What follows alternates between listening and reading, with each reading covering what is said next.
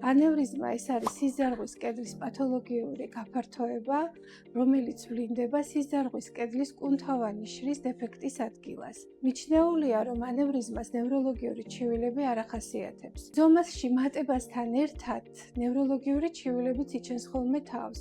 პაციენტები უჩივიან გაურკვეველი წარმოშობის თავის ტკივილს, თავბრუსხვევას, ტკივილს თვალის უკან, თვალბუდის ზემოთ, სახის ნახევრის დაბუჟებას და სხვა. ანევრიზმის არსებობის შემთხვევაში რასაკვირველია, მისი გასკდომის რისკიც მაღალია. ანევრიზმის გასკდომის დროს პაციენტი აღნიშნავენ ძალიან ძლიერი ინტენსივობის თავის ტკივილს, რომლის მსგავსი ცხოვრების განმავლობაში პაციენტს არ განუცდია.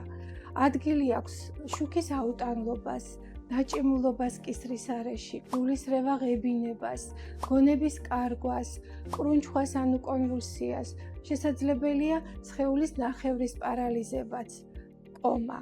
რისკ ფაქტორებიდან მინდა გამოვყო არტერიული გიპერტენზია, გენეტიკური ფაქტორი, თუ ოჯახში პირველი რიგის ნათესავებს, დედას, მამას, დედმამის შვილს დიაგნოსტირებული აქვს ცერებრული ანევრიზმა, ანევრიზმის არსებობა უახლოეს ნათესავში მაღალია. თამბაქოს მოხმარება, სიზარღვთა ათეროსკლეროზი, თირკმლის პოლიკისტოზი, სხვა შემაერთებელქსოვილოვანი პათოლოგიები ასევე წარმოადგენს ანევრიზმის განვითარების რისკ ფაქტორს. ჩვენი კლინიკის რადიოლოგიური სამსახური საბედნიეროდ აღჭურვილია ანევრიზმის დიაგნოსტიკისთვის საჭირო ყველა მაღალტექნოლოგიური საშუალებით. ეს არის 3 ტესლა მაგნიტურ-რეზონანსული ტომოგრაფი, 160-მ კომპიუტერული ტომოგრაფი, დიგიტალური ანგიოგრაფი. ვიყოთ ყურადღებით საკუთარი ჯანმრთელობის მიმართ, საჭიროების შემთხვევაში მივმართოთ სპეციალისტს. გისურვებ ჯანმრთელობას.